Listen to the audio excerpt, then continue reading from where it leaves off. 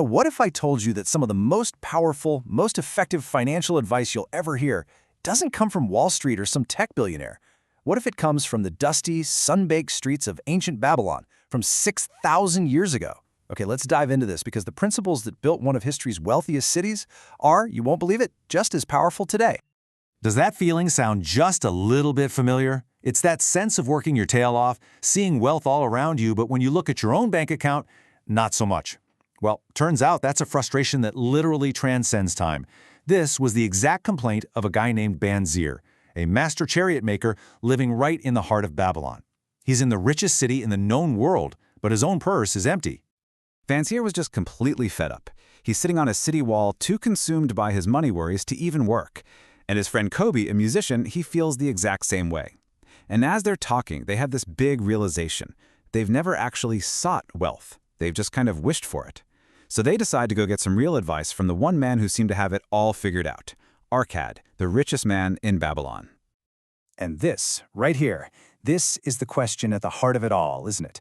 Arkad, who, by the way, was once as poor as they were, he didn't offer them some get-rich-quick scheme. No, instead, he promised to share something way more valuable, the simple, universal laws for acquiring and growing wealth. Laws that had already worked for him, and, he insisted, could work for absolutely anyone.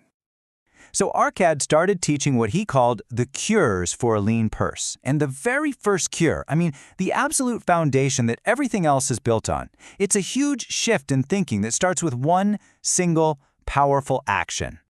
So here it is, the core idea, and it's a total game changer. Before you pay the person who made your clothes, before you pay for your food, before you pay anyone, you have to pay yourself. It's not about what's left over at the end of the month. It's the very first bill you pay. Think about it. You work for everyone else, your landlord, the grocery store. Arkad's lesson is simple. Make sure you're also working for your future self. And he got really specific. Take at least 1/10, just 10% of everything you earn, and put it aside. Don't touch it. Arkad promised that if you do this one simple thing, you'll find you can live just as well on the other 90%, and you will be absolutely astonished at how quickly your own treasure begins to grow. Your purse, as he put it, starts to fatten. Of course, paying yourself first is just step one. Arkad laid out this whole system, all 7 cures. You can think of it in a few parts. First, you play defense, save that 10%, and then you budget to control your spending. Simple, right? But so powerful. Then you go on offense. You invest that savings to make your money multiply while always guarding it from risky deals. And finally, you plan for the long game, owning your home, planning for retirement, and, this is key, always increasing your skills so you can earn more. It's a complete blueprint for financial health. All right, so once you've got those cures down and your purse is no longer lean, what's next? Well, the next step is to understand the rules that make wealth stay and grow. Arkad called these the 5 laws of gold, and they're all about making your money work for you instead of just slipping through your fingers. And the way Arkad taught these laws is a great story in itself. He sent his son, Nomasir, out into the world with a bag of gold and a clay tablet. And on that tablet were the 5 laws. Well, Nomasir, being young and a bit reckless, he promptly ignored the tablet and lost all the gold. His painful mistakes are actually some of the best lessons in the entire book.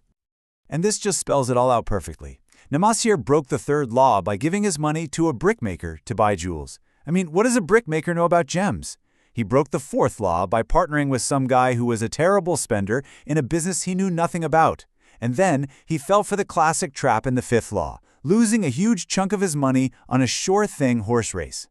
Every single mistake was a painful lesson, proving that gold will literally flee from anyone who doesn't understand its rules.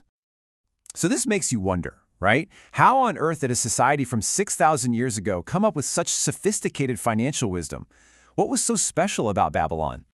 Well, here's the thing. It wasn't an accident. Not at all. Their approach to personal finance was basically a mirror of how they engineered their entire society. Babylon became the wealthiest city of its time because its citizens, from the king all the way down to the merchants, understood the incredible power of planning, investing, and just good governance. Just think about it. These were the world's first great engineers, who literally turned a desert into a garden. They were the first astronomers, the first mathematicians, and crucially, they were the first true financiers. They invented concepts like money, promissory notes, and property titles. They had a long-term vision. Just like they invested years of labor to build canals that would feed their city for generations, they applied that exact same logic to their personal wealth. Okay, so this all sounds great in theory. Ancient history is cool. But does any of this stuff actually work in our crazy, complex modern world? The answer, incredibly, was found baked into a clay tablet. So, get this. In the 1930s, a British archaeology professor gets a shipment of clay tablets from a dig site in Babylon. He starts translating them, and he is just stunned. They weren't about kings or wars. They were about an ordinary guy named Dabasir and his detailed, totally practical plan to pay off his debts. And this part is just amazing. The professor, who happened to be in debt himself, decided to actually try Dabasir's plan. And look at this, it's a perfect parallel. 1/10, or 10% of everything you earn, is yours to keep. 7/10, or 70%, is for all your living expenses. And the last 2/10, 20%, goes straight to paying down your debts. It's the 10-70-20 plan. It worked for Dabasir's thousands of years ago, and the professor wrote that it worked perfectly for him too, pulling him out of debt and letting him finally build some savings. So in the end, these aren't just quaint little stories from the past. They're proof that the basic truths of how money works are as unchanging as gravity. This financial wisdom has survived for 6,000 years, outlasting entire empires. So the only real question left is, what are you going to do with it?